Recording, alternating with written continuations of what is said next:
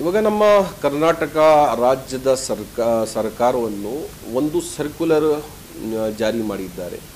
ಅದರಲ್ಲಿ ರಾತ್ರಿ 10 ಗಂಟೆನಿಂದ ಬೆಳಗ್ಗೆ 6 ಗಂಟೆವರೆಗೂ ಯಾವುದು ಲೌಡ್ ಸ್ಪೀಕರ್ ನಾವು ಇದು ಇಸ್ತೆಮಾಲ್ ಮಾಡಬಾರ್ದು ಅಂತ ಅದರಲ್ಲಿ ಆದೇಶ ಐತೆ.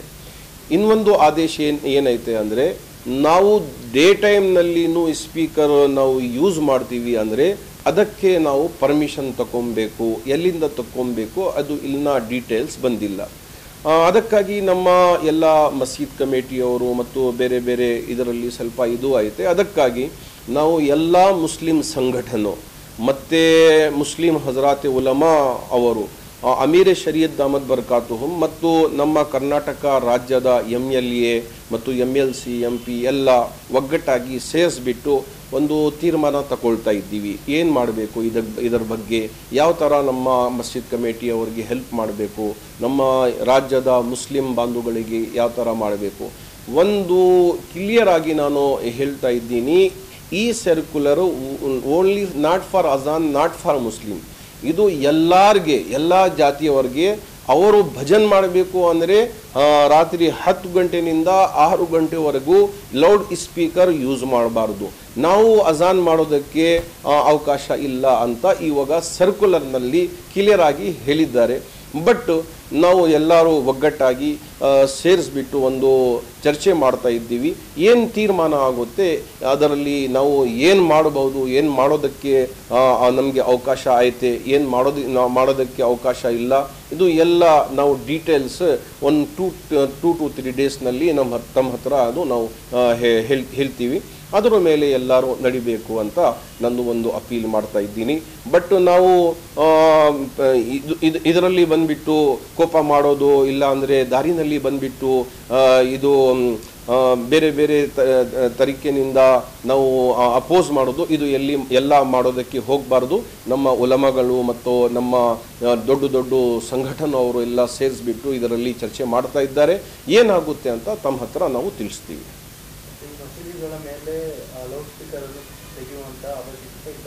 ನಮ್ಮ ಮಸೀದ್ ಮೀನಾರ್ನಲ್ಲಿ ಏನೇನೋ ಲೌಡ್ ಸ್ಪೀಕರ್ ಐತೆ ಅದು ತೆಗಿಯೋದು ಅವಕಾಶನೂ ಇಲ್ಲ.